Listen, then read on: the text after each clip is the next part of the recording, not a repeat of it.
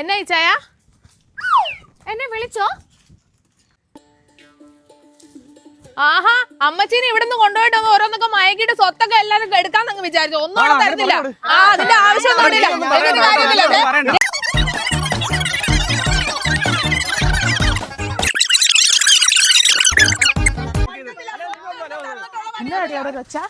അമ്മേ, അവിടെ വല്യപ്പയും കുഞ്ഞപ്പയും ആന്റിമാരും സ്വത്തിന് പെരുമാറും ഭയങ്കര അടിയാ. എന്നാ നമുക്കങ്ങ് പോയേക്കാം. അവസാനം കാര്യം അറിയുമ്പോ എല്ലാരും ഇനി നമ്മുടെ നേരെ ആയിരിക്കും. എന്റെ അമ്മ നമുക്ക് എന്ന പോലെ അമ്മച്ചി വിൽപ്പത്ര കുഞ്ഞപ്പയ്ക്കും വല്യപ്പയും കൊടുത്തിട്ടുണ്ട്. ജീവിച്ചിരിക്കുന്നിടത്തോളം കാലം നിങ്ങളുടെ സ്നേഹം കിട്ടുവാൻ വേണ്ടിയാണ് ഞാൻ ഈ നാടകം കളിച്ചത്.